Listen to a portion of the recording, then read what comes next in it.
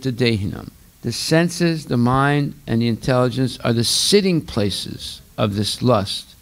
Through them, lust covers the real knowledge of the living entity and bewilders him. Okay, so when it says lust is reserved within the body, it means that its position or its seat is the senses, the mind, and intelligence.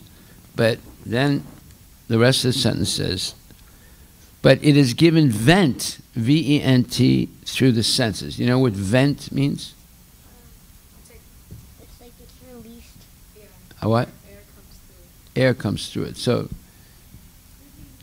the lust comes out of the body in a certain way, through the senses. Okay, because the senses are outlets for the activities of lust. Outlets for the activities of lust. So Prabhupada uses this clever word, vent. The lust is given vent through the senses. So what does that mean, Agastya? That means Hare Krishna. He said again. like lust comes out of the senses. Through the senses. Yes. Good. Very good. Yes? You want to say something?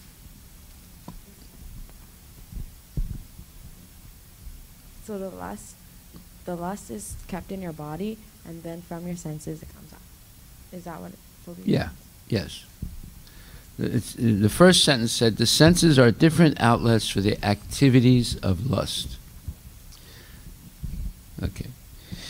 Therefore, the senses are superior to the body as a whole. So now, first step of the hierarchy, let's say, different levels of superiority, or one is better than the other. So the senses are superior to dull matter, first point. Senses are superior to dull matter. This is what the verse says. The working senses are superior to dull matter.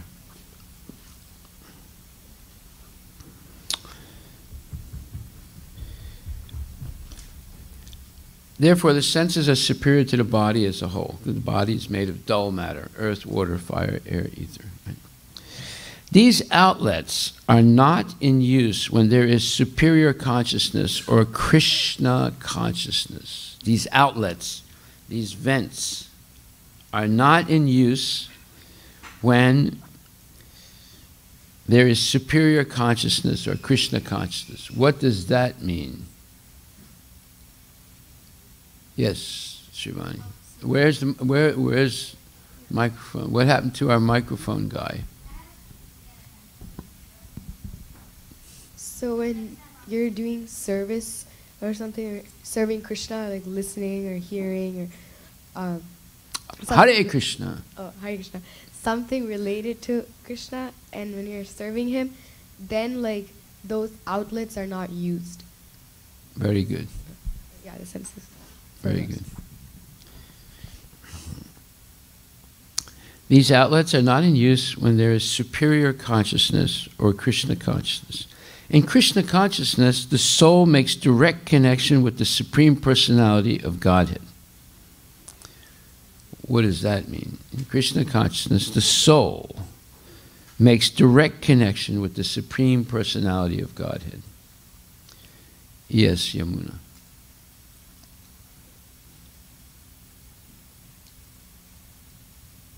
Go ahead. In Krishna consciousness, the soul makes direct connection with the Supreme Personality of Godhead. You put the microphone on. In Krishna consciousness, then you're able to connect with Krishna. Open your dormant love for Krishna. Oh, what? What did you say? That last thing you said? Open your dormant love for Krishna that's in your heart. Love for Krishna. Yeah, I thought you said lust. I'm scared there. Yeah. Okay. Well, actually, if Krishna is the object of your lust, that's okay, because it becomes purified into love, because Krishna is purifying. In Krishna consciousness, the soul makes direct connection with the Supreme Personality of Godhead. Therefore, the hierarchy of bodily functions, as described here, ultimately ends in the supersoul. What does that mean? The hierarchy of bodily functions ultimately ends in the supersoul. Yes, Shivani. Yeah. So, Hare Krishna. oh, wait, Hare sorry. Krishna. So the hierarchy, meaning like it like goes up and up and up and up and up, right? And so when it ends, it finally ends to Krishna. Yes, Krishna is at the supersoul. topmost rung Yeah, yeah. of the hierarchy of bodily functions. Now, you're going to I discovered something new yesterday. It wasn't new for me, but it was right there in the book, but I never noticed it before. And I was speaking about this last night, and I was a little shocked by it. I read this purport so many times, but I missed this main, big point that is crucial for understanding the hierarchy of bodily functions and the origin of the false ego. It says, next, bodily action means the functions of the senses, and stopping the senses means stopping all bodily actions. But since the mind is active, then even though the body may be silent and at rest, the mind will act as it does during dreaming. So now we see that it's very hard to control the mind. Even when you're sleeping, the mind is working. Everything else is sort of resting, but the mind can still work. Has anyone ever had a dream? Did you ever have a dream? Yeah. Huh? Can you remember one of your dreams? Wait. Hare Krishna. Yeah. You said, Hare Krishna. so can you remember one of your dreams? Yeah. Yes? Tell us one dream you had.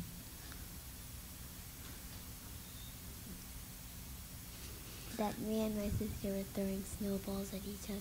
Ah, you and your sister Shivani were throwing snowballs at each other. Very good. Very good. See? So your mind was working even though you were asleep. And you can remember it. Right?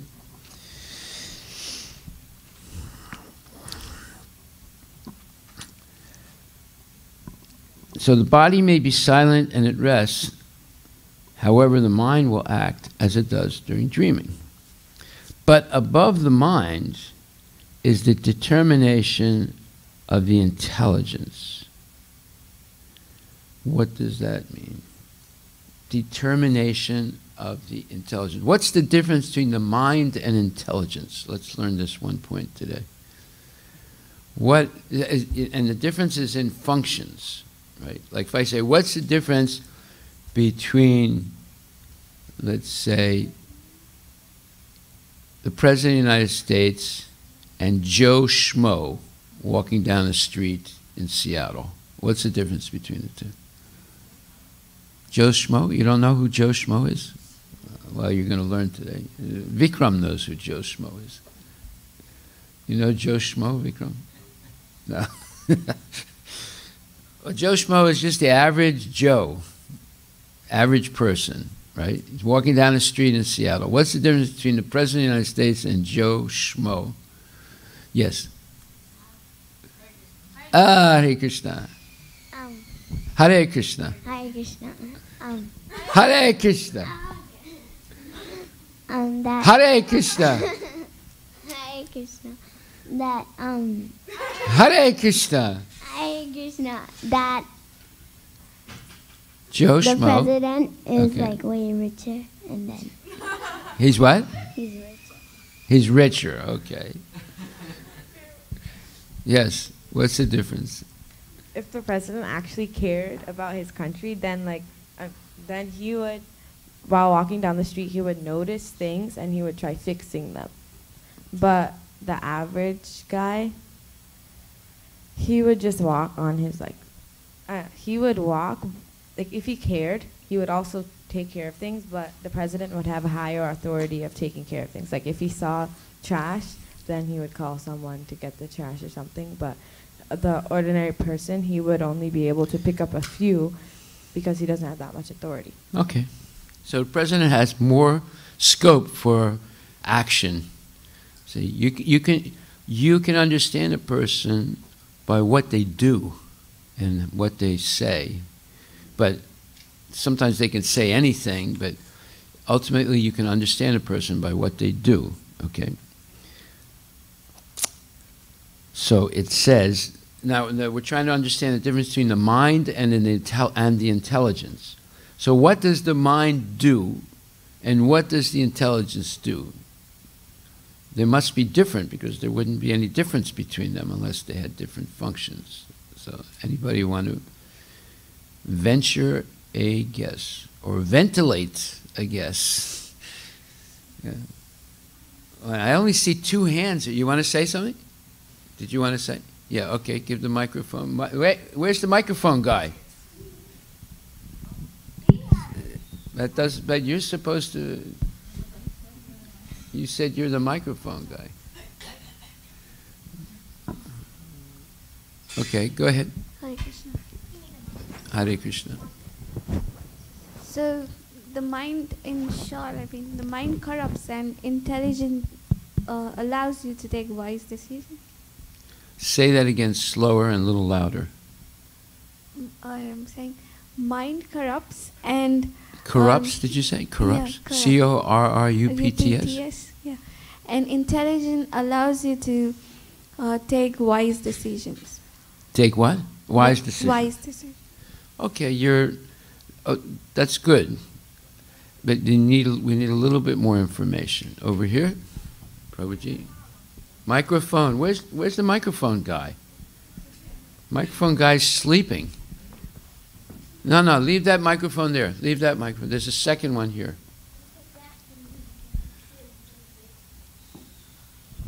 Hare Krishna. Yes. So, Hare Krishna. Hare Krishna. Mind is... Hare Krishna. Mind is I said. Mind is a product of a mode of goodness, and it's a stream of consciousness, stream of thoughts and emotions, while intelligence is a product of mode of passion, and it has discrimination, power to discriminate and evaluate the thoughts and emotions that come in the mind. Okay, that's adding a little bit more. Let's keep going. Anybody else want to say? Okay, Shivani.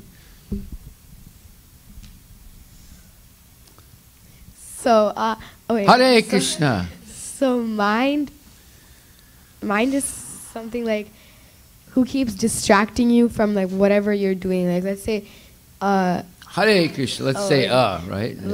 Let's say you're studying and then your mind's like, okay, no, stop. Let's go watch TV. Let's go watch TV right now. Stop. Yeah, it distracts you. Okay. So Mayapur, let her speak. So your mind distracts you from whatever you're doing, so your mind's not controlled. But your intelligence, it like tells you like, okay, do service for Krishna. Oh yeah, do service for Krishna. Finish what you're doing. Hare Krishna. So like, okay. Yeah. Okay, Yamuna. So like Prabhuji said, the mind is like constant thought process, like it just brings in thoughts. He said stream of consciousness. Yeah. Stream of what? Thoughts and emotions. Stream of thoughts and emotions. But then the intelligence, if you have knowledge, then the intelligence can tell if you're doing something bad or good. Yes, now it's getting very close to understanding the difference. Okay, here's the thing I discovered yesterday for the first time, but it's been there all this time in Prabhupada's purport. I never discovered it before. Prabhupada says,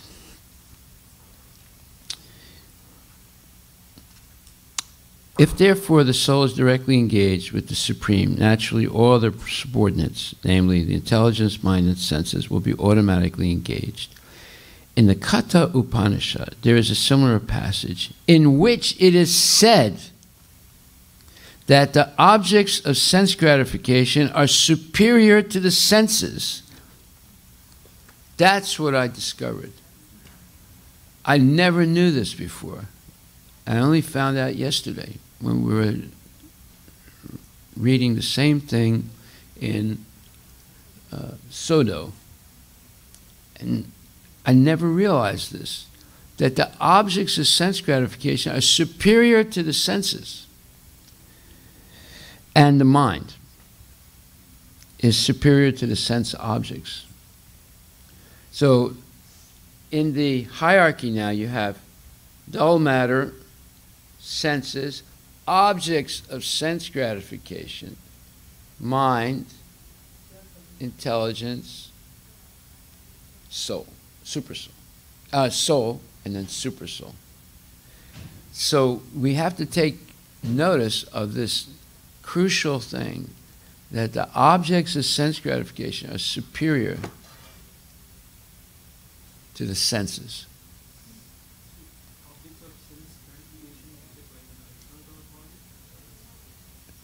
Objects of sense gratification can be an iPhone, it can be a Tesla, it can be a Ford, it can be a man for a woman, it can be a woman for a man, or any other combination of those things.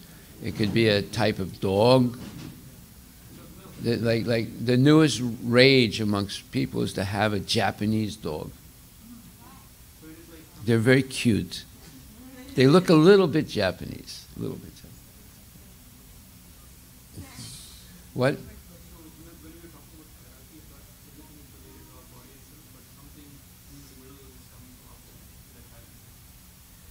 Hierarchy means different levels of superiority or authority or power.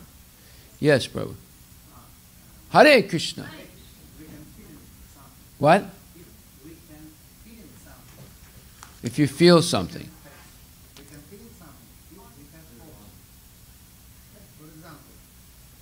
The green, the button. Yes. We can feeling something if we have object. For example, if we don't have perfect apple, we cannot smell its we cannot feeling its smell. Odor. Yeah, odor. So that is why object is higher than senses. Senses cannot work until we have object. Okay, very good. Now, yeah, go ahead. What? Somebody else want to say? Yes, Prabhu. But the Hare Krishna. Hare Krishna. But the translation says the opposite. It says the working senses are superior to dull matter, and an apple is dull matter, an iPhone is dull matter. Yeah, but if you look carefully in the purport, it says, in the Katha Upanishad, there is a similar passage in which it is said that the objects of sense gratification are superior to the senses. Yeah, I'm saying that is contradicting this shloka, period. No, it's not contradicting. It's adding something in between senses and mind. That's why when you read, Bhagavad Gita is called the Gita Upanishad, right? It's something that brings you closer to Krishna. But you can sometimes get more detailed information from other parts of the Vedic literature. Like, for example, the Bhagavad Gita is an undergraduate study. Srimad Bhagavatam is graduate study. And Chaitanya Charitamrita is postgraduate study. Okay? So that means whatever is in a summary form in Bhagavad Gita, you're going to get more information in the Srimad Bhagavatam. More elaborate information. And whatever is in the Srimad Bhagavatam, you're going to get even more elaborate information in the Chaitanya Charitamrita. And because Bhagavad Gita is the Gita Upanishad, it's possible to get supplementary information of the Bhagavad Gita in the Upanishads. There are 108 Upanishads. Upanishads. But So this doesn't, it this doesn't mean that there's a mistake in Bhagavad Gita. Bhagavad Gita is a summary. Go ahead. This doesn't sound to me like supplementary. It sounds contradictory. So how do we explain this contradiction? Okay, there's no contradiction. The objects of the sense gratification is Sergei just explained it. You would not even know your senses are acting unless they react to an object of the senses. Like, if you keep your eyes closed, then you don't see anything. So you don't really know that you possess the power of seeing. It's an outlet. You see the word Prabhupada used here. It's an outlet or a vent. A vent is something you open for air to pass through it. So when you open your eyes, then you start interacting with the objects of the senses. This is very profound, and I'm going to explain it now in more detail. But the objects of the senses are superior to the senses because you do not know the potential of the senses unless you interact with the objects. You understand it like that? Like, for example, let's say you have a PhD in nuclear physics, but you're driving a taxi cab for a living. So, are you using your education?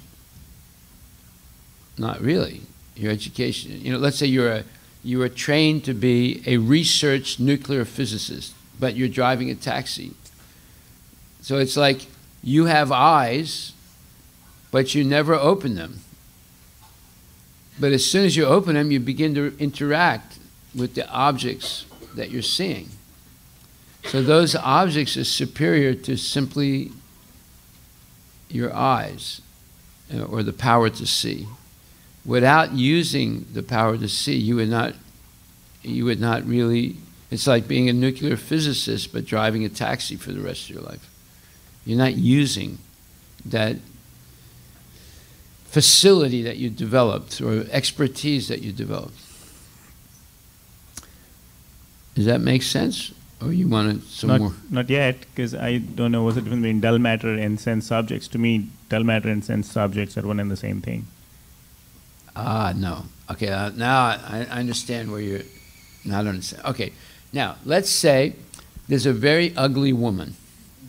Okay, so you could look at it and say this is dull matter, right? This is very ugly, but she goes and spends $100,000 on plastic surgery, fixes her nose, gets rid of all the blemishes and imperfections on her complexion and her skin, and fixes her eyelashes. The eyelashes were crooked and looked ugly, so now she has really nice arching eyelashes, right?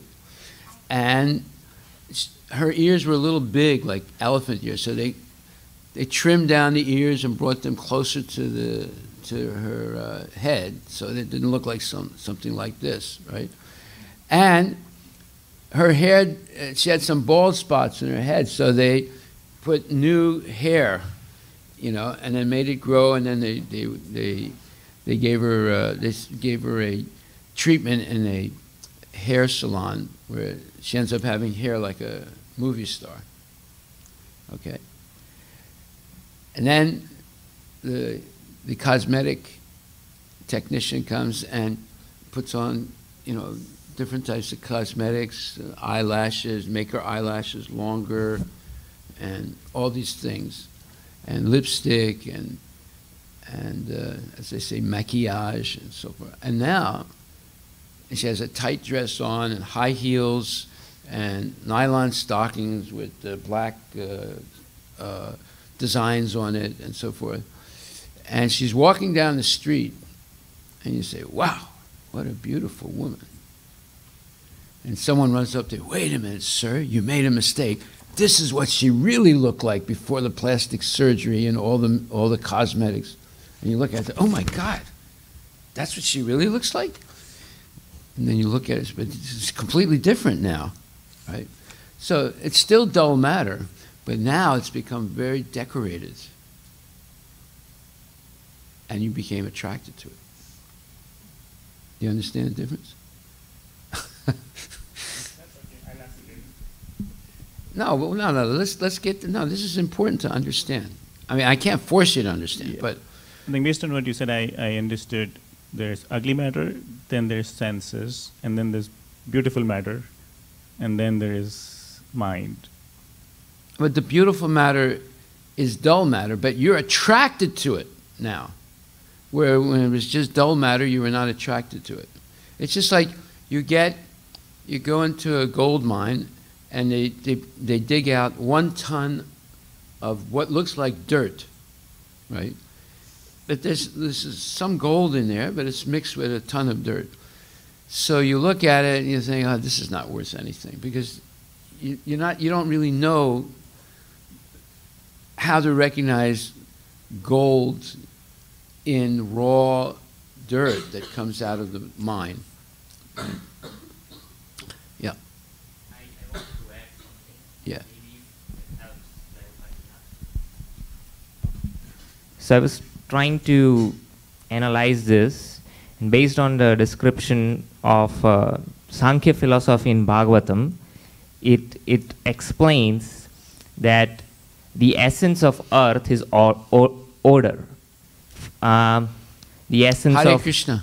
essence of water is taste. Essence of Hare Krishna. fire is form. Essence of air is Hare Krishna. Hare Hare the Krishna. tactile sensation, and the essence of Hare Krishna. sound. Hare Krishna is Hare Krishna. Is Hare Krishna. essence of ether is sound. So anyway, the point being is that whatever the essence is the sense object. Your senses, they can perceive the taste, Hare Krishna. form, smell, Hare Krishna. sound, right? So that is actually the sense object. That is what the senses perceive. But that sense, but all these forms, they are actually encoded in either earth, water, fire, air, or ether, right? So that's why whatever is subtle is superior to the gross. So when it says sense objects, it's referring to order, form, taste, right? The dull matter is actually what encodes these sensations, which is earth, water, fire, air, ether. But that dull matter in itself does not have any value until it encodes these forms. So that's the difference between dull matter and sense objects. Does that make sense?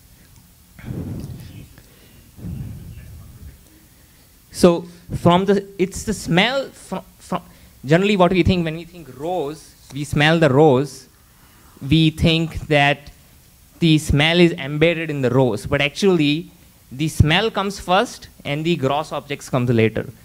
It's from the smell that earth forms. It's from the taste that water forms.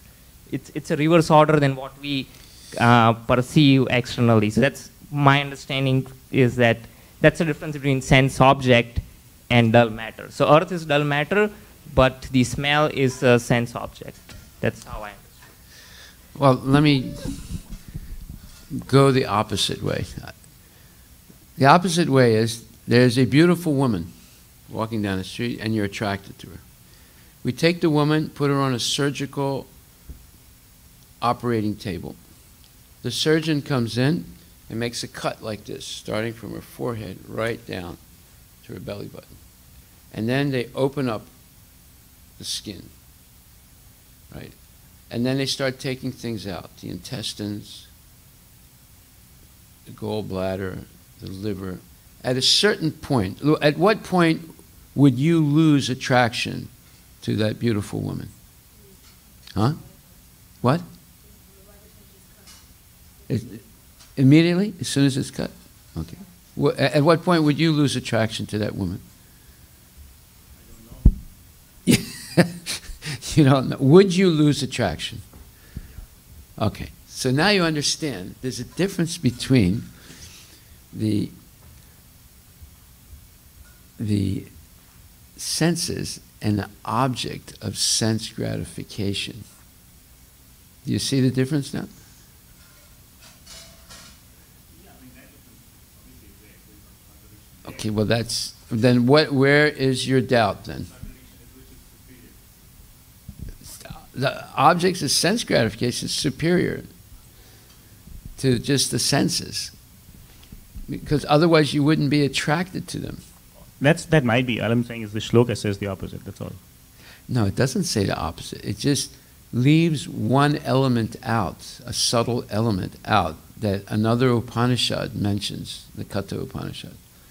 And that's why there is undergraduate study, graduate study, postgraduate study.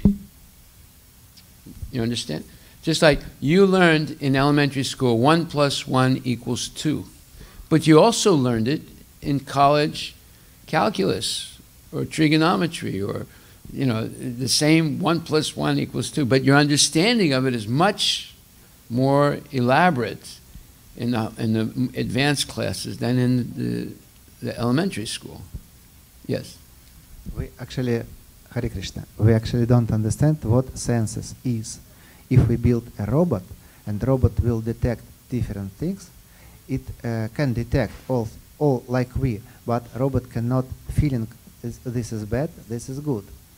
But we can feeling this is bad, this is good. Why? It's amazing thing actually, and nobody can explain it.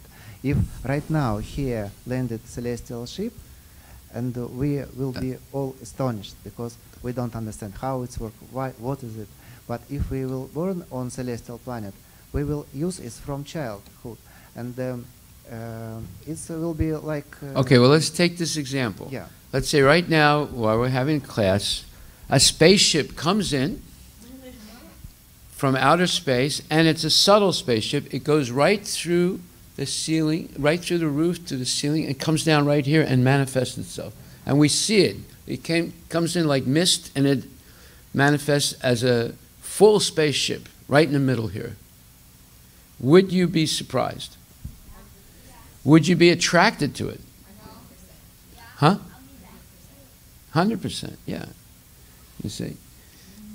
So our senses can perceive, but if it perceives something fantastic, then that thing, that fantastic thing that attracts our senses and is almost bewildering is superior to just the senses themselves. Just like, let's say there's a Hare Krishna. We're having a Sunday feast, and everyone's in the arti, and they're all looking at the deities. And all of a sudden, President Trump walks into the room. What would everyone do?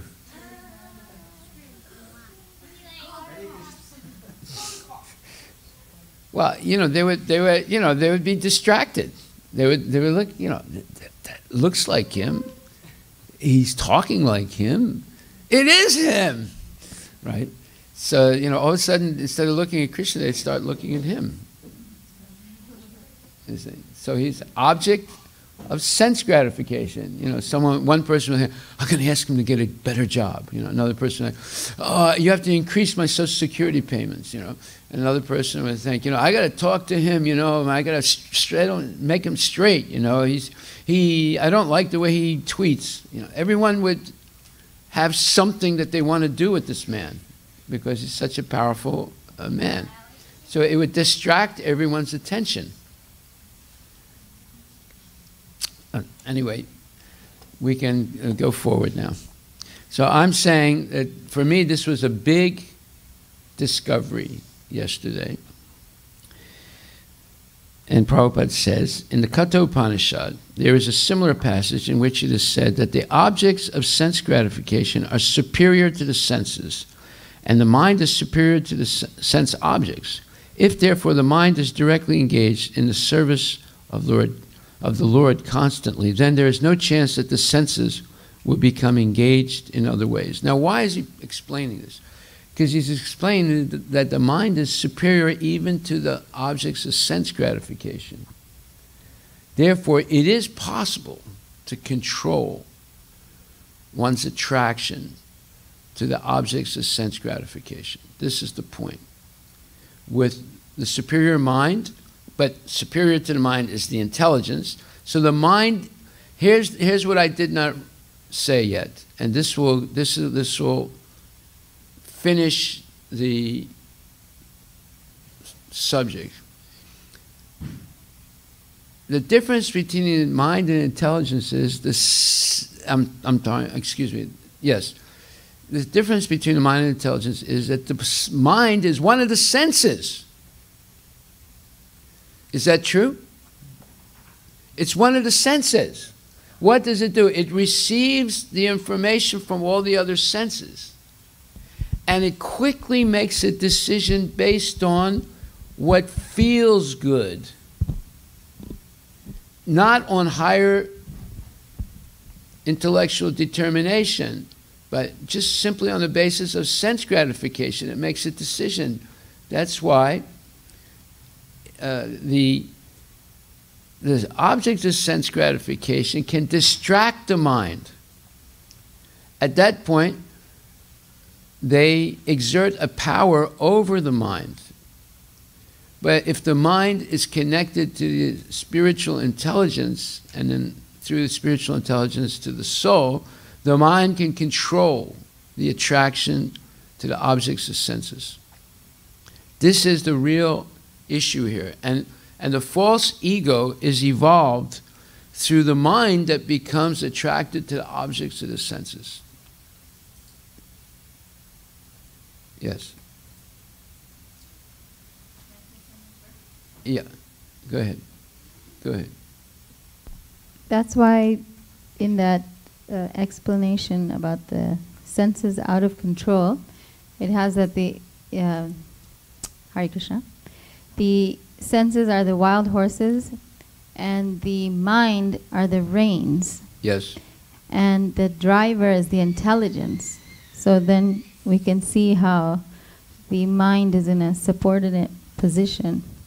And that the it's subordinate to? Subordinate to the intelligence. Mm-hmm. So, Hare Krishna. So then we can fully understand what you're saying here with this image, that the mind is also part of the senses. It's it's one of the senses. It's the sixth sense. So therefore, it can be overwhelmed by the object of sense gratification. Yes. So on my hierarchy here, it's the first point I put down is the working senses are superior to dull matter. And then after that I did the objects of sense gratifications are superior to the senses. And then the mind is superior to the to the objects of sense gratification. Is that correct? Yes. Okay. So then you were saying that the mind is the sixth sense, right? It's one of the senses, yes. Yeah. But then how can it be... So if it's the sixth sense, then that means it's superior to all the senses. It's what? Superior to all the senses. Yes. Or it's on the exact same level.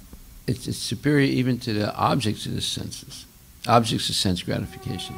However, if it becomes attracted to the objects of sense gratification, it becomes bewildered. Okay. And it can corrupt the intelligence, and then through the intelligence, corrupt intelligence, the soul can get corrupted.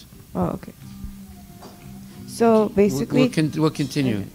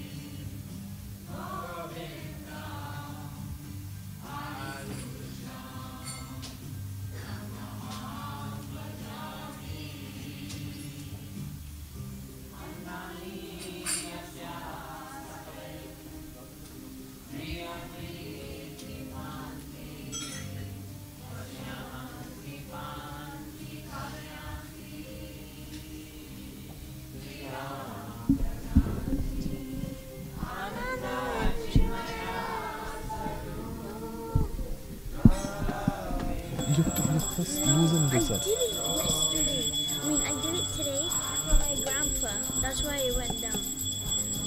Okay. No, don't. No. No, it won't work. You have to put them up. I know.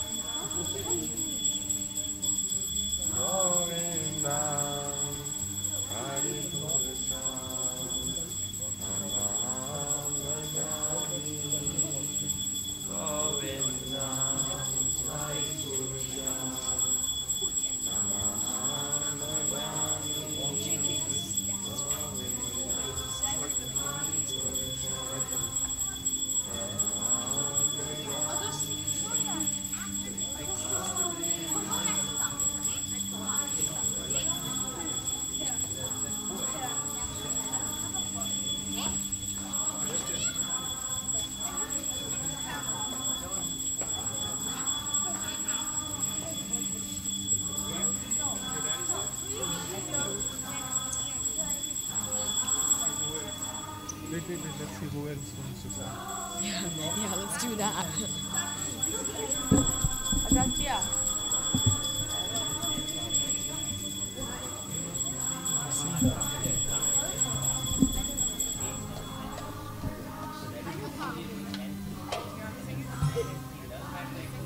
Okay, sing. Yeah, I know.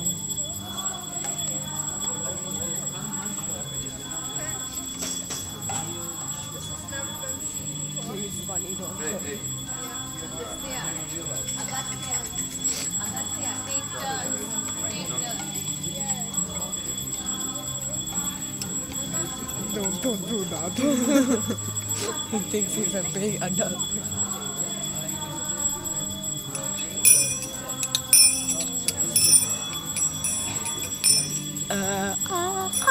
Okay. My voice is alive.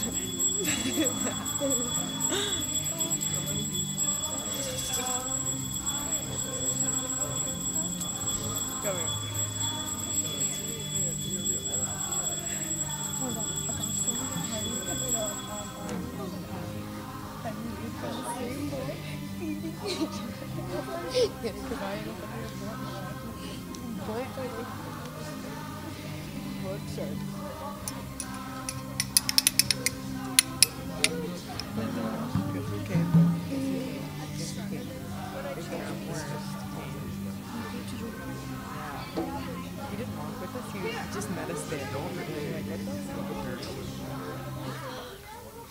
Yashomati Nandana Brajabara Nagara Gokula Ranjana Kana Yashomati Nandana Brajabara Nagara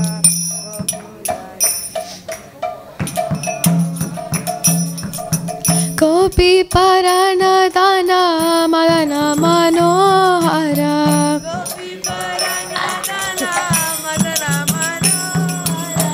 Gopi Paranadana Madana Manohara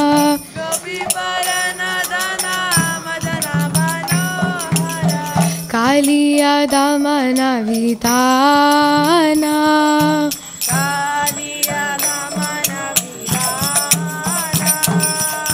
Amala Harina Mamiya Vilasa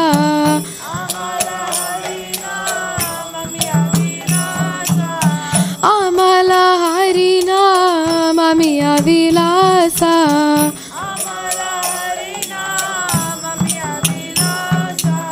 Vipina Purandara Navina Nagara Bora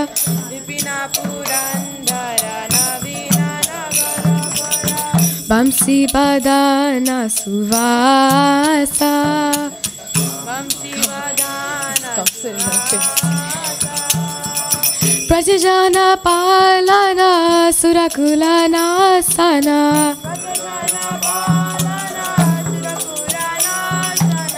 Prajajana Palana Surakula Nasana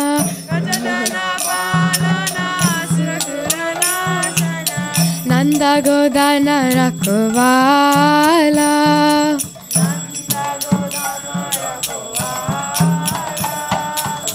Govinda Madhava Nava Navanita Taskara. Govinda Madhava Navanita Taskara. Sundara Nanda Gopala. No. Yamuna Tatachara Gopi Pasanahara.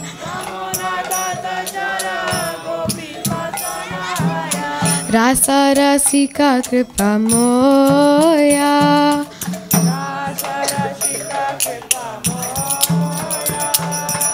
Shri Radha Vallabha Vrindavana Natabara.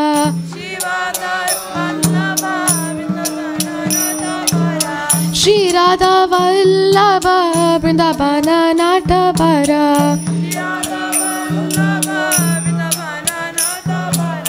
Bhakti Vinodashraya.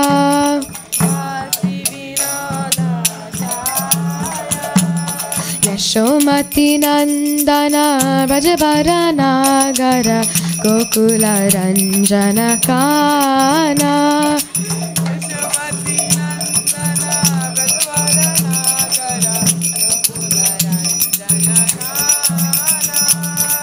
Gopi Parana Dana Madana Manohara.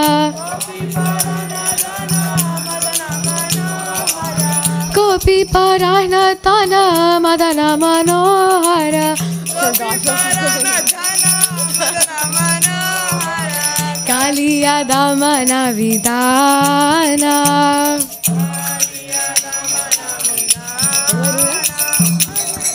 Hare Krishna, Krishna Krishna, Hare Hare, Hare Rama, Rama Rama, Hare Hare.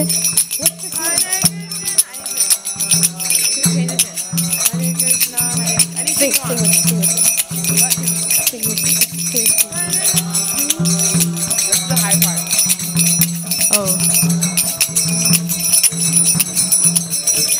Hare Krishna, Krishna Krishna, Hare Hare, Hare Rama, Rama Rama, Hare Hare.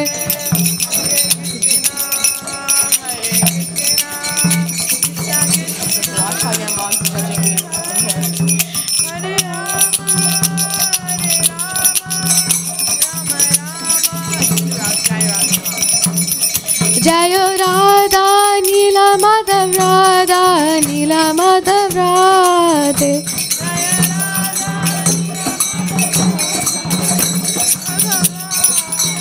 Jayo Jagannatha Jayo Jagannatha Jayo Baladeva Jayo Subhadra.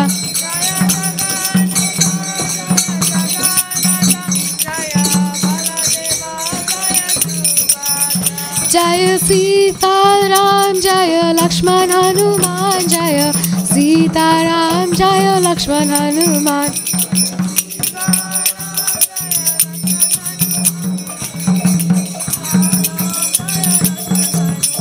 Nitai Gaura Hari Bol, Hari Bol, Hari Bol, Nitai Gaura Hari Bol.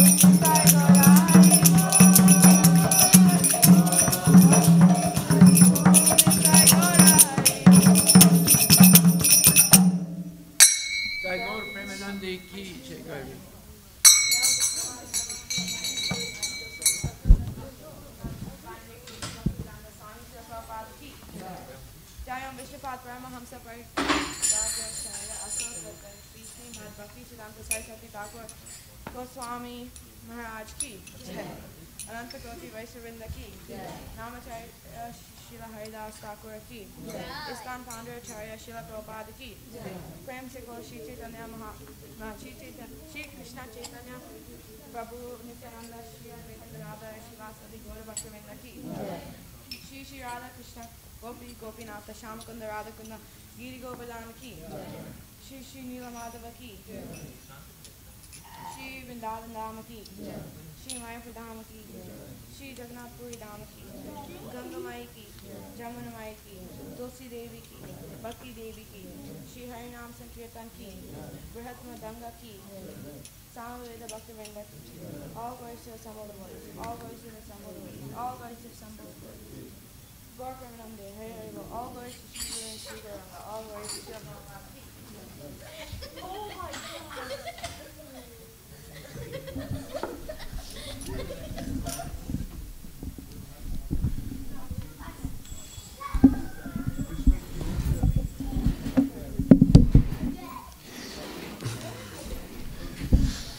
Okay, so we're going to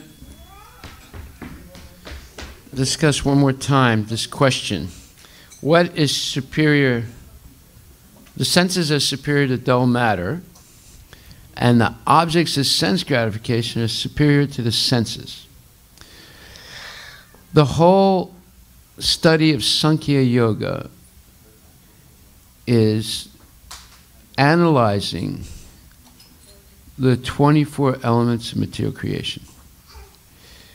And the whole idea of Sankhya is that if you deconstruct an object into the 24 elements, you will lose attraction to it. You'll become detached from it. And what keeps us in the material world is attachment to the objects of sense gratification. For example, if you see a very attractive person, it can be a man for a woman or a woman for a man, and you say, oh, I'm attracted to that person. But then, if Sankhya Yoga enters into the equation, into your observation, well, wait a minute, this person's made up of earth, water, fire, air, ether, mind, intelligence, false ego. Right? So if we deconstruct the person into these 8 elements, at a certain point, you lose attraction. Now, not only that, there are the 5 Mahabhutas, the 5 great material elements, earth, water, fire, air, ether. Then there are the 5 senses, eyes, ears, nose, tongue, and skin. Then there are the 5 objects of the senses: hearing, seeing, tasting, touching, and smelling. Okay? So now we have 15 things. Those 5 objects of the senses are called tan mantras. Our problem is the tan mantras. And it's a big philosophical problem. Philosophers have been debating this for many, many years. That is, let's say there's a table. What is it that defines something as a table? What makes the table a table? Huh? No. So I'm glad you said that. I'm glad you said that. That's not what defines the table. Okay, go ahead. Try again. Yes.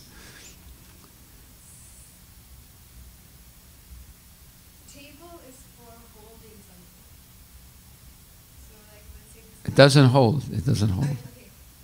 You can place anything on it and it will keep it stable. Or no, it will just keep it. It won't. The table will make your pencil fall. Well, what if it's the table top is on an angle like that? It'll just roll right off. Yes.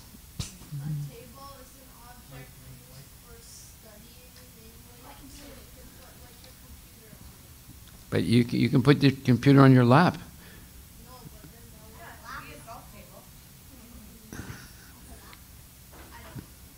Yes.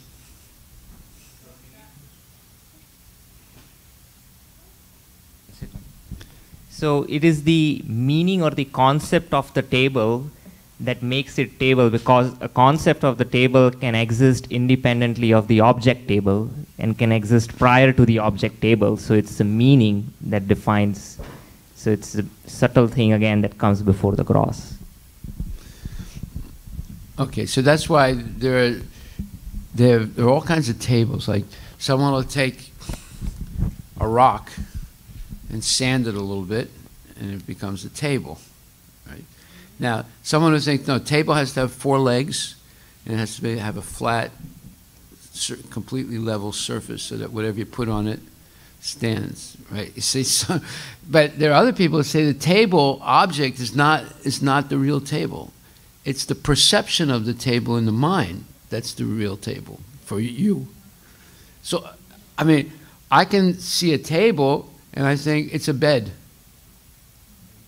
And I use it as a bed, right? So now I'm using the table as a bed. It's no longer a table. Someone else said, well, no, but you're lying on top of it. That's what defines it as a table. But that's what a bed is. So can you call a bed a table then? You can? Would you put the bed in the middle of the dining room and serve your guests on the bed? Okay, if they think. You see, this is called Tan Mantra. The object is a sense, yes.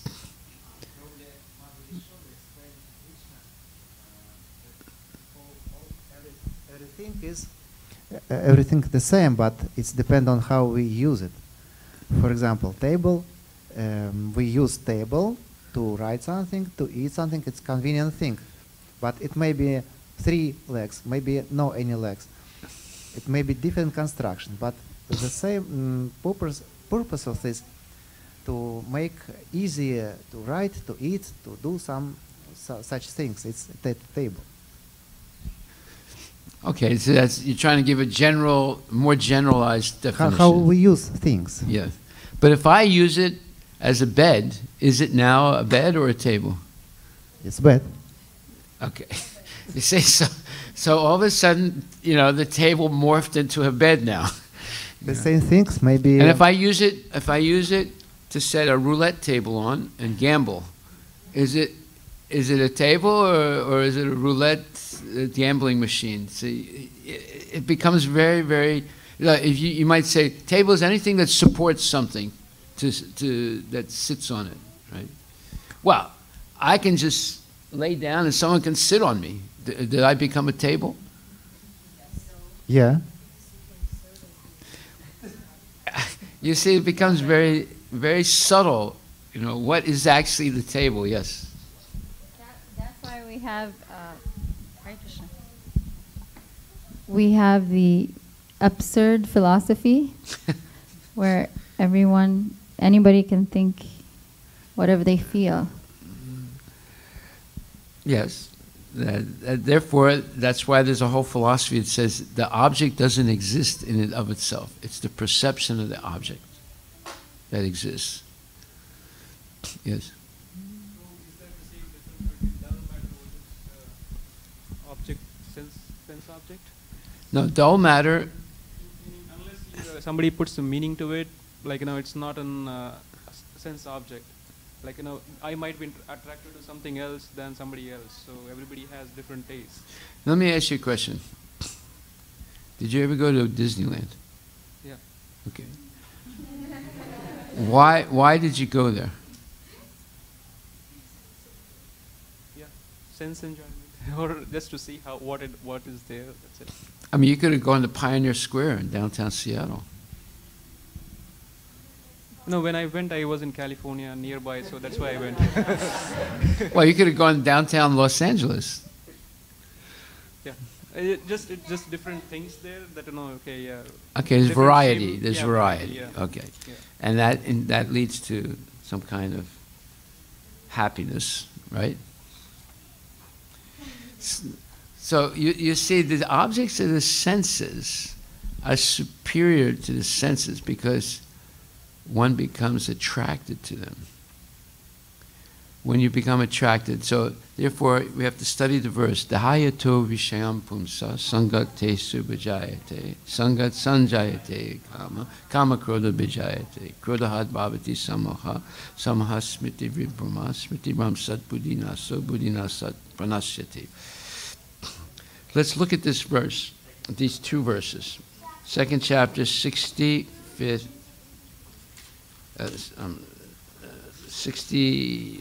62 and 63. While contemplating the objects of the senses, now we're in Tan Mantra, objects of the senses, a person develops attachment for them. And from such attachment, lust develops. And from lust, anger arises. From anger, complete delusion arises. And from delusion, bewilderment of memory. When memory is bewildered, intelligence is lost. And when intelligence is lost, one falls down again into the material pool. What's the beginning of this process? What's the beginning of this process? Contemplating objects of the senses. Therefore, this is the proof that the objects of the senses is superior to the senses. Because it can cause this whole process. You see? Just like you went to Disneyland because you contemplated some publicity or some radio announcement or something you saw on television about Disneyland, and it attracted you. Therefore, you decided, I'm going to Disneyland. Okay, and same thing about Las Vegas. Did you go to Las Vegas also? Have you gone to Las Vegas? Oh. That's right, you don't have to make an excuse. No excuses allowed. No, you see how it works. While contemplating the objects of the senses, a person develops attachment. And from such attachment, lust develops. Now we go further. Lust is the all-devouring enemy of the human being. Kama esa, krodha esa, raga guna samudbhava, mahasana mahapapma, vidyevam iha vairinam. It's the worst enemy. 3rd chapter and verse number 37. It's the worst enemy of mankind. Jai Shri Radha Nilamadhava Ki Jai. And what is lust? Lust is the transformation or adulteration of love of God. And that's explained in the purport. It says, the origin of lust is also in the Supreme. If therefore, it says, if therefore lust is transformed into love for the Supreme, or transformed into Krishna consciousness, or in other words, desiring everything for Krishna, then both lust and wrath or anger can be spiritualized. Hanuman, the great servitor of Lord Rama, exhibited his wrath, his anger, by burning the golden city of Ravana. But by doing so, he became the greatest devotee of the Lord. Here also in Bhagavad Gita, the Lord induces Arjuna to engage his wrath or anger upon his enemies for the satisfaction of the Lord. Therefore, lust and anger, when they are employed in Krishna consciousness, become our friends instead of our enemies.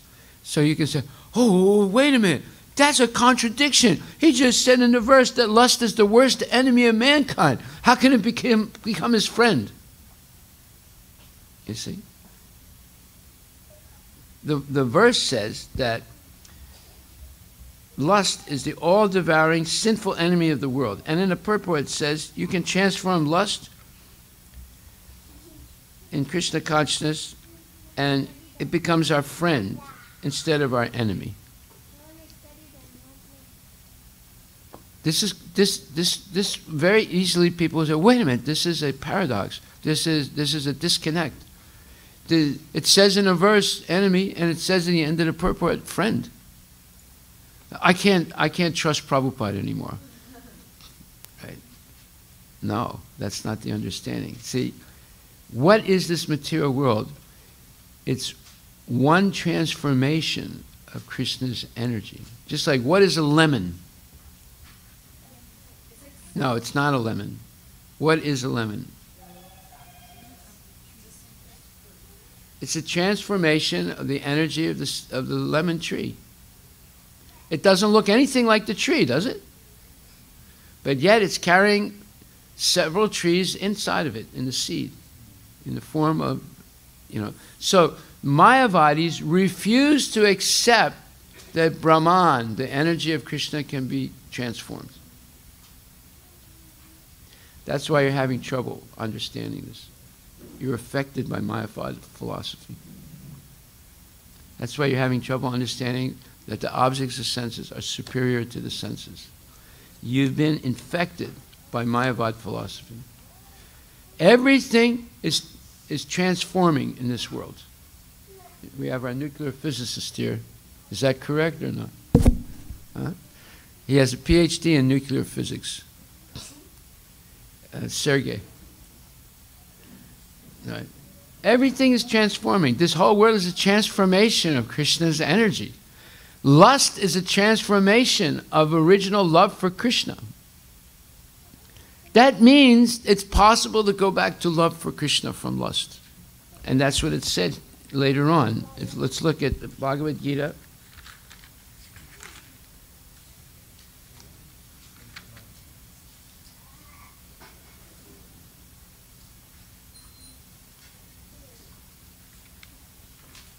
Okay, let's look. Chapter 3, verse number 41, the last paragraph. Chapter 3, verse 41, the last paragraph. If love for Krishna can be transformed into lust, then lust for the objects of the sense gratification can be transformed back into love for Krishna. This is something the Mayavadis never accept. They say nothing from Brahman can ever transform into something else.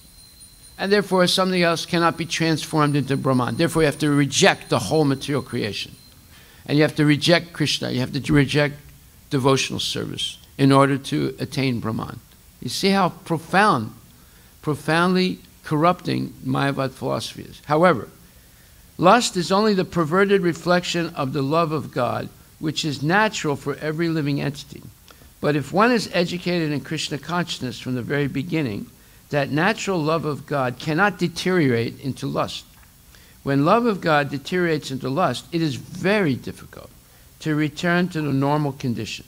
Nonetheless, Krishna consciousness is so powerful that even a late beginner can become a lover of God by following the regulative principles of devotional service. So, from any stage of life, or from the time of understanding its urgency, one can begin regulating the senses in Krishna consciousness, devotional service to the Lord, and turn the lust into love of Godhead, the highest perfectional stage of human life. Now, I want Sanjay Prabhu to tell the story of the Korean boy. This story is extremely important. You will understand now how love can be corrupted into lust, and lust can be purified back into love. Go ahead. Okay. In North Korea, Hare Krishna. Oh, I'm not able to complete then the story. Can be corrupt. It's a corruption. It can be purified into Hare Krishna. In Hare North Krishna. Korea, there is a concentration camps are there. People who don't follow Hare Krishna.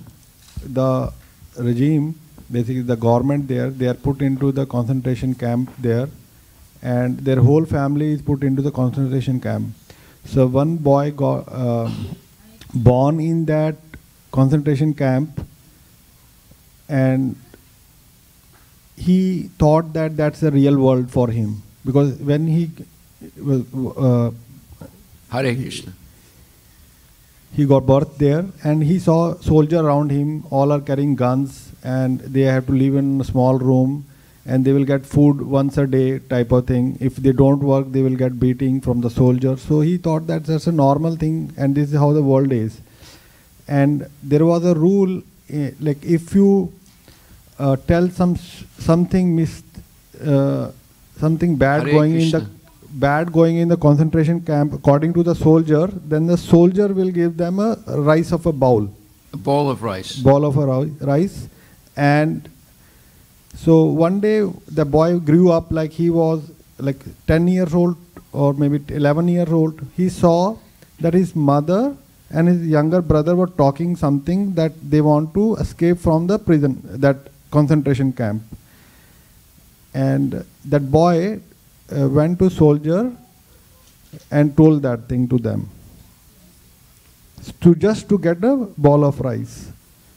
And the soldier killed the mother and the younger brother in front of him. And happily he was eating the rice after he told the secret the soldier gave him. And sometime later he somehow escaped from there. He went to South Korea. In South Korea he understood what is the real life is. And during that interview, when he said this story, he started crying like, how, means what I did in my life. I killed my own mother and my brother just for a rice. Bowl of rice. Bowl of rice. So, yeah, this is the story. So, this is very interesting. It's a true story.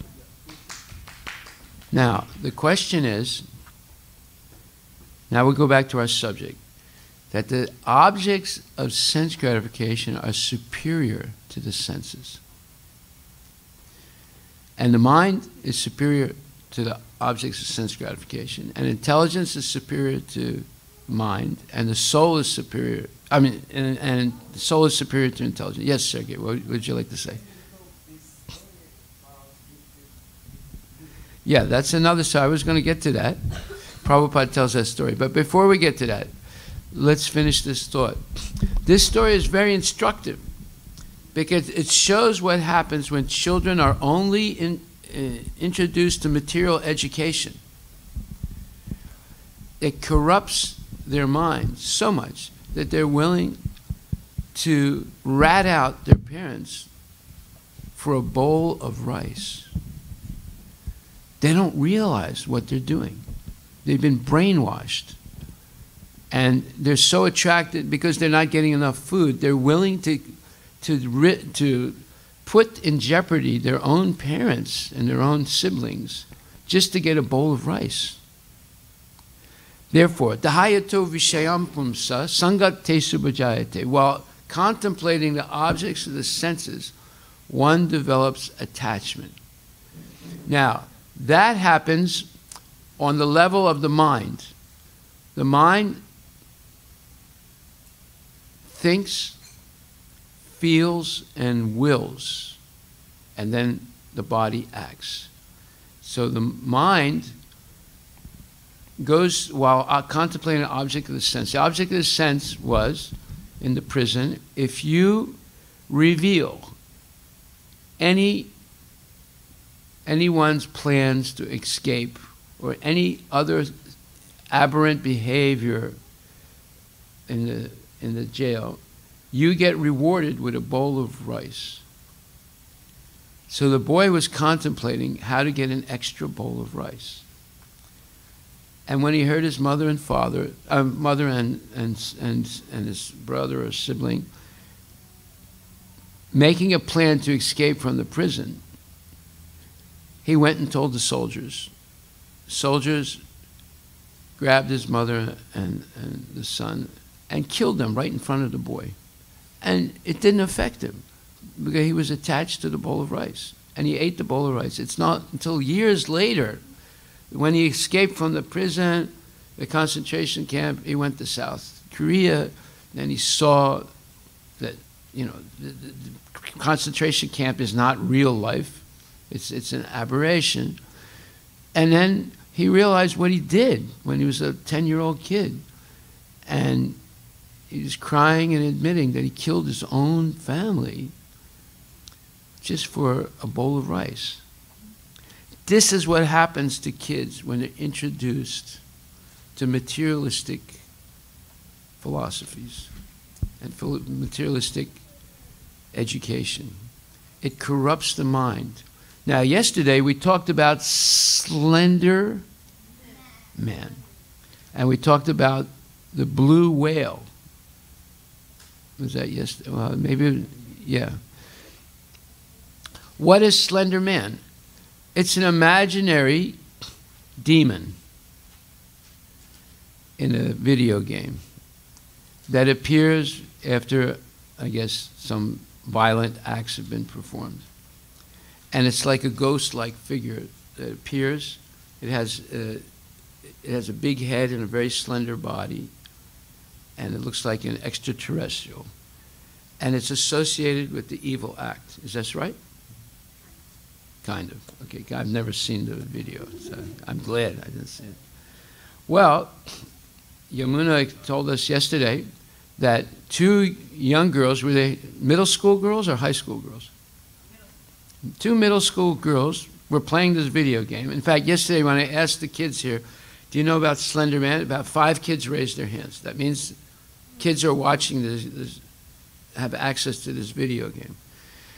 Two girls, Hare Krishna, saw this or played this video, I guess extensively, and from the video they got the idea, from Slender Man, they got the idea to invite a third girl to go out in a walk to the forest with them. And when they were in the forest, they killed her, or tried to kill her, stabbing her many times. Somehow or other, they left her for dead. Somehow or other, the girl survived, which is a miracle. And those two girls were arrested. When they were arrested, the police asked them, these are just middle school girls, right? So what would be the age of middle school girls? 12, 13, 14, right? The girls said, they said, why did you do it? They said, well, Slender Man told us to do it. They needed a sacrifice for Slender Man? So, this is their education. They're being educated by the video game to kill somebody, to make a sacrifice for Slender Man, which is something that doesn't exist. It's just an imaginary video game character. This is the effect of Dahayato Vishayam Pumsa. While contemplating the objects of the senses, one develops attachment. They developed attachment to Slender Man. And they developed the idea that we can please Slender Man by taking this co-student out into a forest and killing her and offering her to Slender Man. This is the power of video games. Yes. Who was going to? Agastya, you asked the question. Agastya, you had something to say? What is that blue whale thing? This is what I heard. Blue Whale is a video game for seniors, for old people. Okay. No? No, it's for everyone, and it's like a suicidal. It's a suicidal video. It teaches you the glories of suicide. Yeah, so when you play it, they'll tell you like each dare. So Wait a minute, give her the microphone. Give her the microphone. So when you play Blue Whale, they'll slowly they'll give you a dare. So it starts really small, like go to school and, I don't know, wear crazy hair or something like that. It starts off really small, and as you keep playing the game, it gets like worse and worse. So one of the examples was like cut off your finger, and like so you're super addicted to it, so then you will. And then like, and so it'll be like jump off from your house or else I'll come and kill your parents. So it'll do that. So then you'll have to jump off from your house, right? And so then you jump off from your house, and slowly it'll be like commit suicide or else I'll hunt you down and kill you or something like that. So then it's like a game to kill yourself. That's Blue Whale. The goal is suicide. Yeah, the goal is suicide. Blue Whale. Yeah. In Pokemon Go, That's another one. They use your Hare Krishna. Okay, we get the They use idea. your address Yes. so that they can hack you down. Oh, okay. And they're really smart, and all these people play it, but they don't like think, oh, they're gonna hack us down. They just think, oh, this game is so fun. I love it. And And people, they go so crazy that, like, this adult man, he drove into somebody's property just to get a Pokemon, and the guy started shooting. The owner of the store? Yeah, the property. He wanted to get a Pokemon, what? Oh, Pokemon, you have to go around and get... Yeah. And collect Pokemons.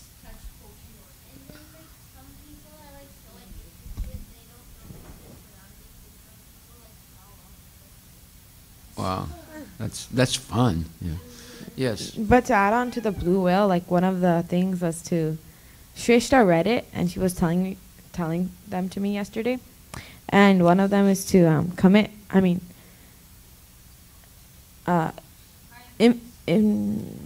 make someone commit suicide. So like convince someone to make suicide. Yeah. Okay. A lot of demoniac things.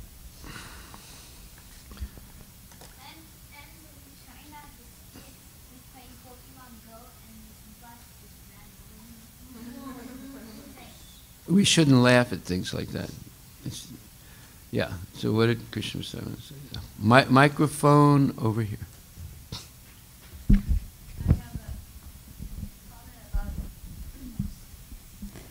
About the cows, how they behave. So actually, Srila Prabhupada said that animals are just after sense gratification. So if we don't develop this Krishna consciousness and raise ourselves above the level of Hare Krishna, sense gratification, then we're no better than animals. So the story is that when I go feed the bulls and the oxen on my side, I'll put a piece of hay on one side, and then I'll put some on the other side of the eating trough.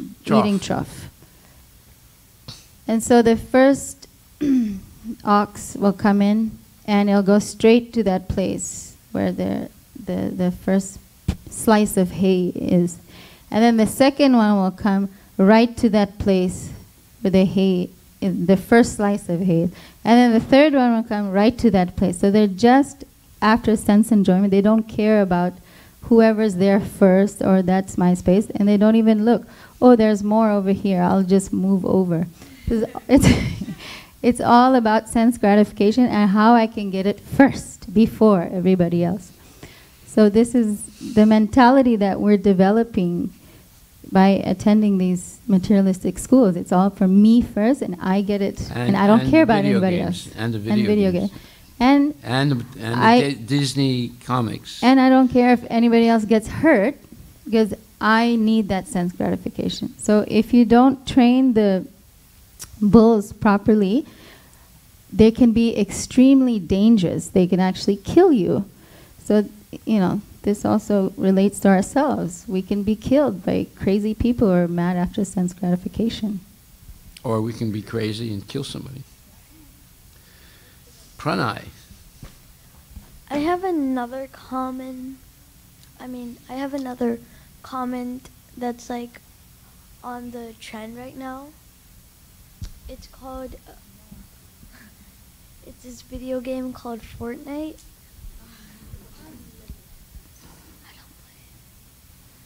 And yes. What happens in the game is you try to kill people, and oh wow, that's surprising. They have 100 people in the room, and you need to kill all of them, and then you win. How do you know about that? I don't even know that. Where do you learn these things? Where do you learn everything? You're hanging out with the wrong people. And Wait a minute. He only hangs out with devotee kids.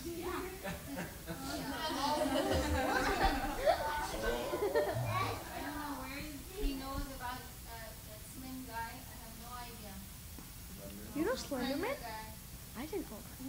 Slender Man. Where did you learn about it? I don't know it. I don't know it. I didn't teach you. I know Mystic Power. I'm a Madhava. And Madhava, it's his buddy, Madhava. See, this is why, like in some schools, like rabbinical schools in the Jewish religion, before they allow a child to enter their school, they go and inspect the house, the family, yeah. If they see a television or a cell phone, they won't let the child into the school. Amish, same?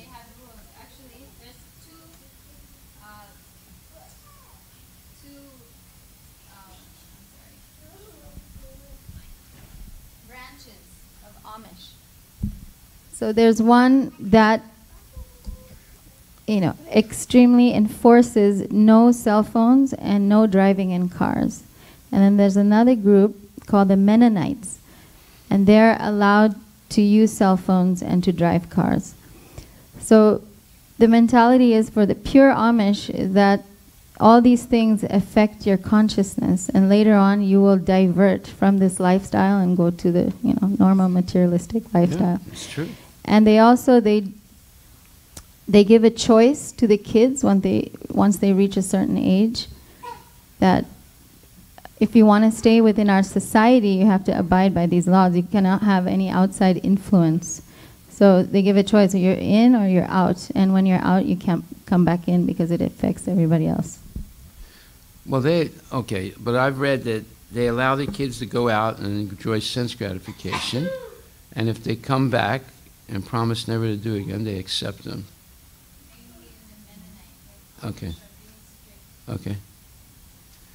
Yeah, because why? Why did they do this? Because one kid who has access to the internet is enough to corrupt everybody else, even though the other kids don't have access to the internet, or television, or videos, or cell phones. Okay, Pranay, go ahead. You can finish now.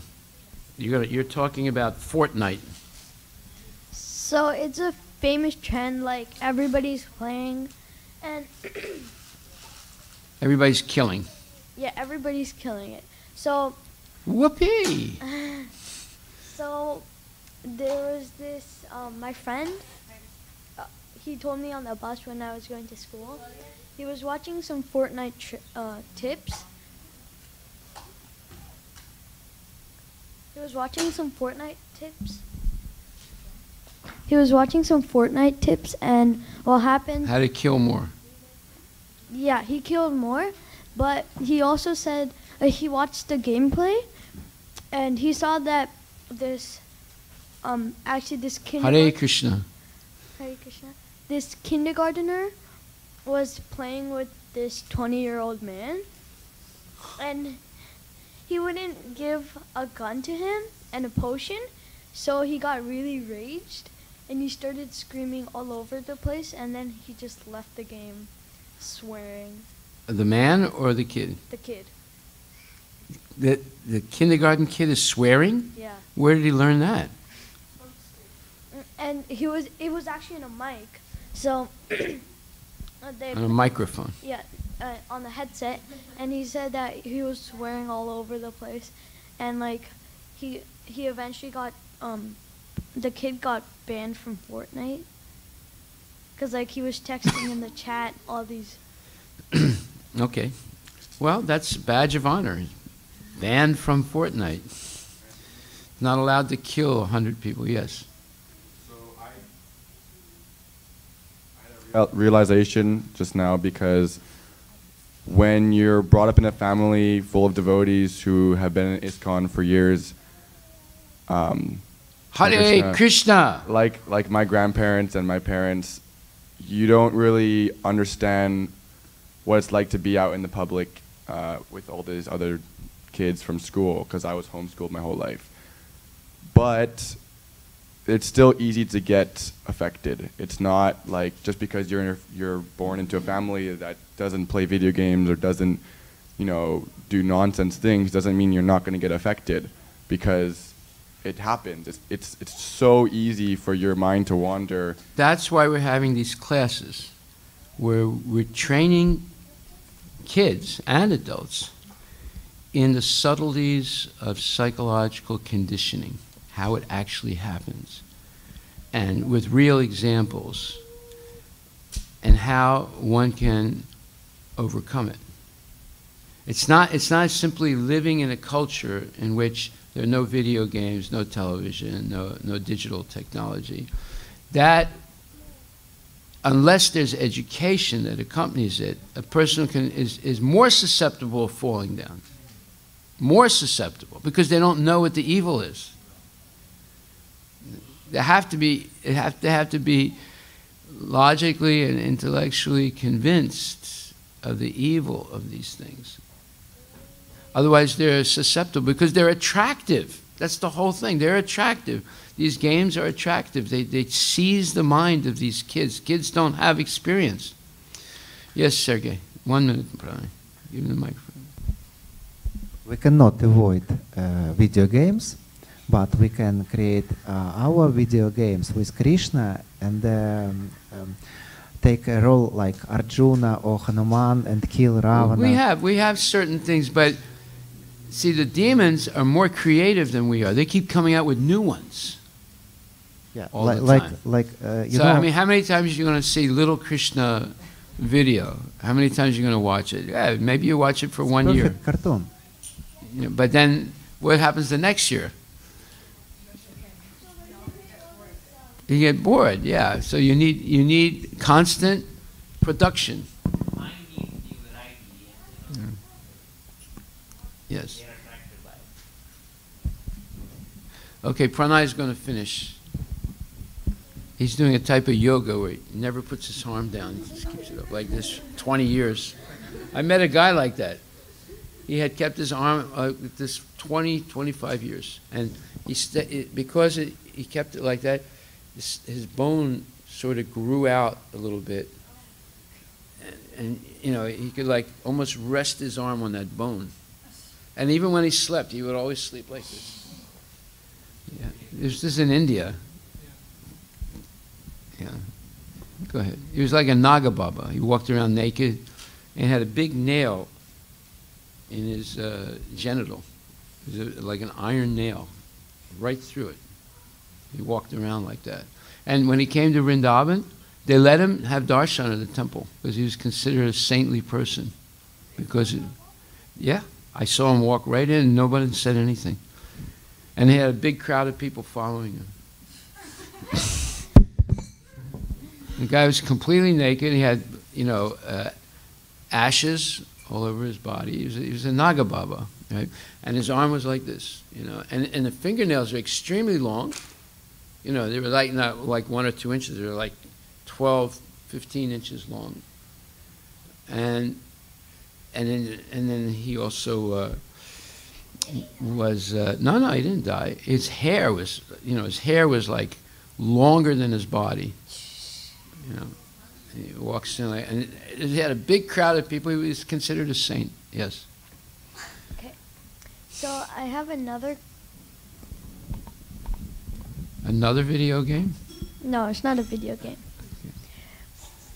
It's Hare Krishna time. I have a comment about kids getting spoiled. Mm-hmm. So, wait, no, like, not in, like, video game spoiled, but, like, being feared for their life. So, in, Hare Krishna. My friend told me this. Your friend told you this. Yeah. Maybe he's not your friend if he told you this something horrible. So, he said that on Twitter, this guy got a voicemail from this unknown person, and it said it was in a military language. So when he converted it into English, like it was in NATO phonetic language or something, he converted it to English, and it said that Hare Krishna. Danger, danger, emergency, SOS, the world is going to end. And it said that it was not going to be encountered by human, it was going to be encountered by something else. And so next he got a message from the same person in Morse code that, and he posted that on Twitter too, and this guy, another account, translated it, and it said, on April 18th, 2018, the world is going to end. Well, it just passed. Exactly. Yeah. So then he connected it to, then there was this YouTuber that connected it to like the Malaysian Flight 370, how it disappeared in thin like air. And he connected it to Twin Towers, and he showed all these crazy commercials. And in TV shows, it actually showed pictures. Well, that's what he said. He said that in TV shows like 1995, where your grandparents watched, there would be a picture of Twin Towers falling and a flight. So in this like 1945 film, there were two main characters talking, and there was a picture right next to them, and it said Twin Towers ending, and it showed a flight. And then he connected it to this band, saying, "Oh my God, the Illuminati's true now." Okay, these are conspiracy theories, and it's meant to scare people. Just like once there was a crane. You know what a crane is? It's a big bird, right? It's a predator bird. And it was getting thin because the fish and the frogs and different animals that he liked to eat were very, very cautious in avoiding exposing themselves so he could swoop down and grab them. So he developed a strategy.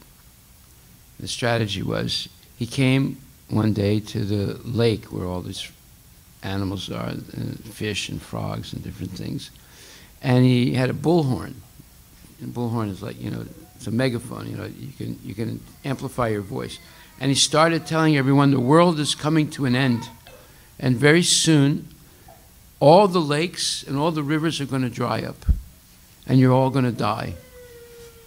And he kept saying that and speaking and giving this evidence and that evidence from this book and this authority and this meteorologist, weatherman, and so many things. So finally, one of the frogs was listening very carefully to the crane, and he became frightened that the world's coming to an end. All the lakes are going to be dried up. We're all going to die. And then the word spread to all the fish and the frogs and the little crabs and everything. They all became frightened. And then the crane said, "But wait a minute. Good news is there's still one lake that'll never go dry. And it's only a few miles from here. And if you want, I'll help each one of you escape this ultimate death that's imminent. It's going to happen very soon." And one frog said, take me first, please, take me first. I'm afraid." He said, "Okay, I'll take you first."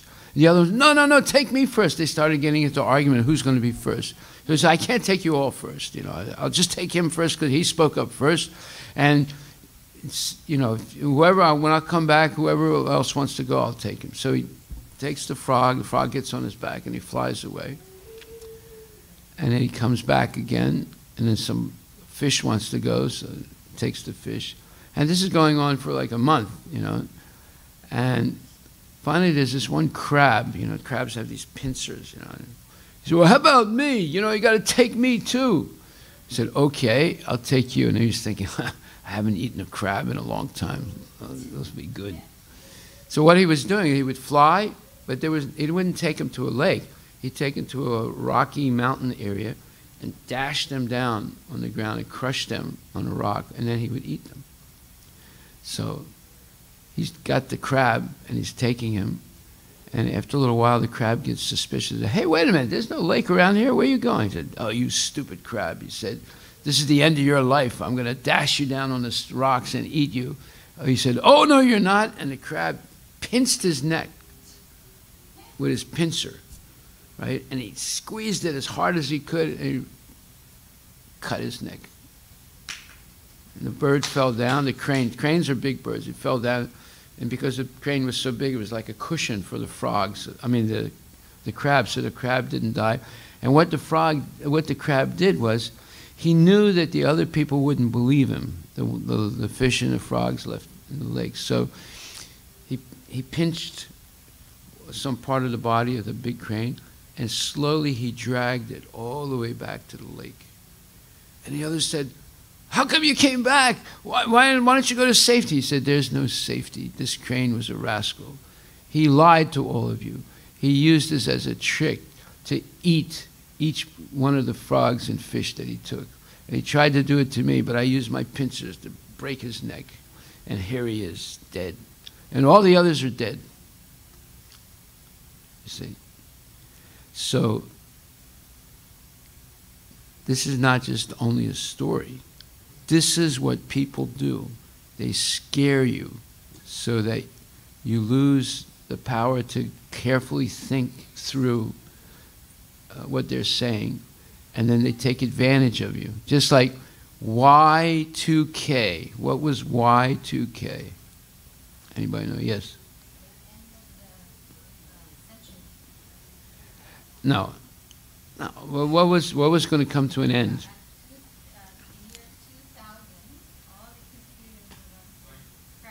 Crash, right?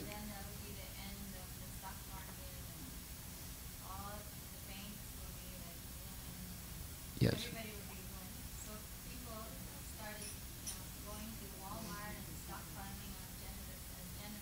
And food. Survival.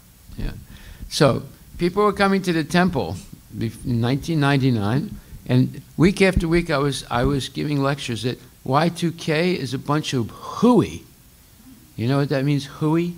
Nope. It means a bunch of nonsense. I said, don't worry, even if it happens, and I don't think it'll happen, even if it happens, you come to the temple, we'll feed you. Right? And Y2K, now the year 2000 came, and all the computers were supposed to crash. Not one computer crashed. Right? And nothing happened. Now, there was one devotee in Phoenix, he was the temple president there. He became convinced. He was convinced of Y2K. You know what he did? He maxed out all the credit cards of the temple.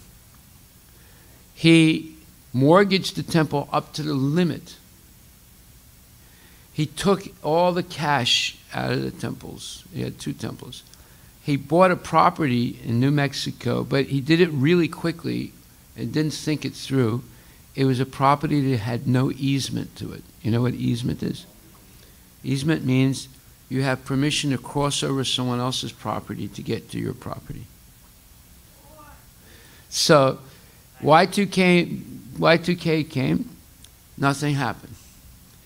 But both temples were in huge debt. And he lost that property in which he invested all the money because his neighbor thought he was a nut, a crazy guy, and refused to give him easement. In other words, if you can't legally approach your property, it has no value. And he had to sell it for like pennies on the dollar. Right? It's a true story. You were there. It's a true story, yes. Phoenix and Tucson. Yeah. Temple president. He was president in both places. Tucson is a temple. Yeah. You see, this is not, the story of the crane is not some fictional story. It actually happens, but even worse. And amongst devotees. So who are you going to believe? Just like in the 1970s, the devotees came to Prabhupada and they said, Prabhupada, in a few years, all of California is going to fall into the Pacific Ocean. It's going to be a huge earthquake, and the whole, Los Angeles and San Francisco, they're all going to go, we got to move our temples, man. We can't, we should all move out to Colorado or somewhere far away from the ocean because, everything's going to come to an end.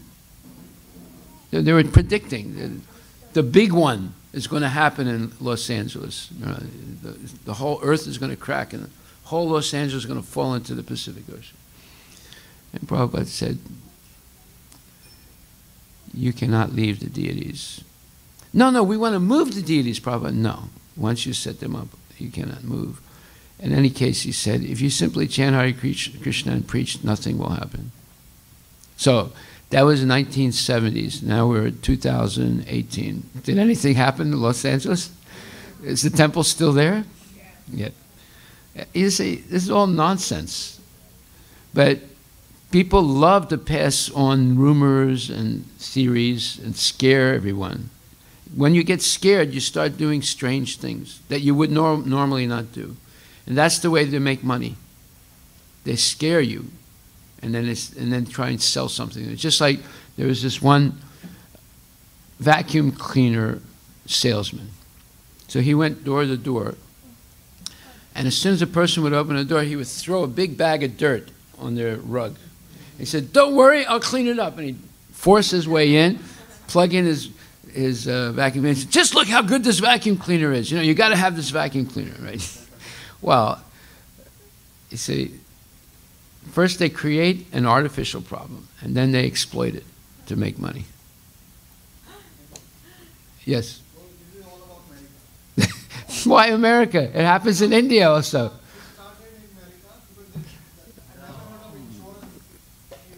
Everything starts in India, Prabhu. Everything starts, but it gets better in America.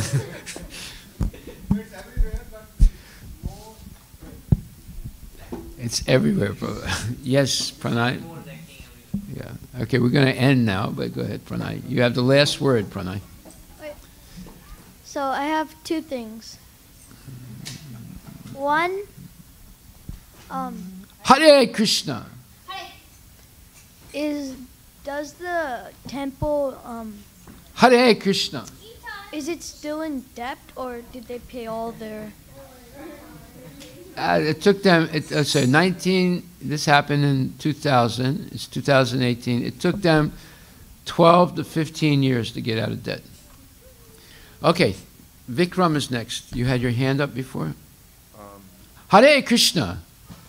I don't remember why. Okay. All right, we're going to stop now. So, homework.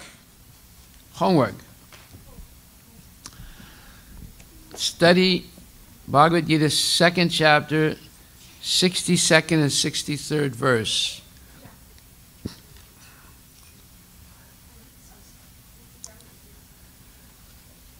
And also study 6th chapter, verse 5, 6, and 7. You want to write this down?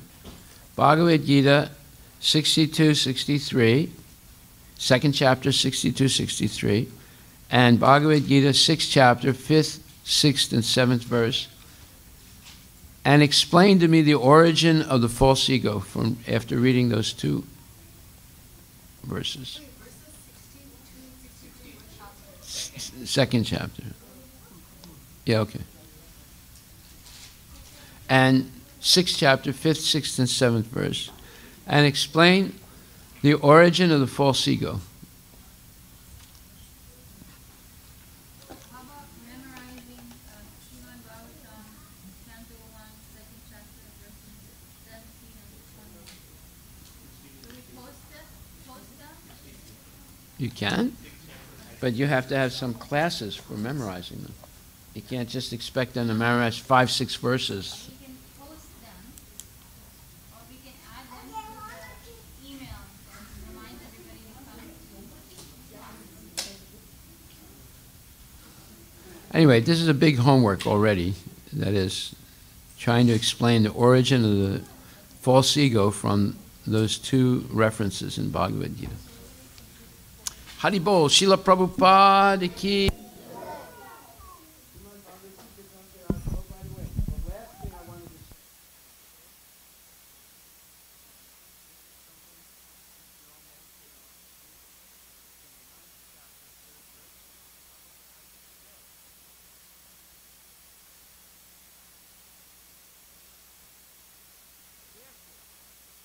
Therefore, after reading Bhagavad Gita, one should promptly come to the conclusion of Bhagavad Gita. And that is, one should give up all other engagements and adopt the service of the Supreme Lord Krishna, the personality of Godhead, if one is convinced of this philosophy of life, that is faith. So it's a little dangerous coming to these classes because, therefore, after reading Bhagavad Gita, one should promptly come to the conclusion of Bhagavad Gita, and that is, one should give up all other engagements and adopt the service of the Supreme Lord Krishna, the personality of Godhead. If one is convinced of this philosophy of life, that is faith. That's what happened to us in the early days in Krishna consciousness. After reading Bhagavad Gita, we all surrendered. We said, that's it. The rest of our life, I'm just going to be in Krishna consciousness. Haribol.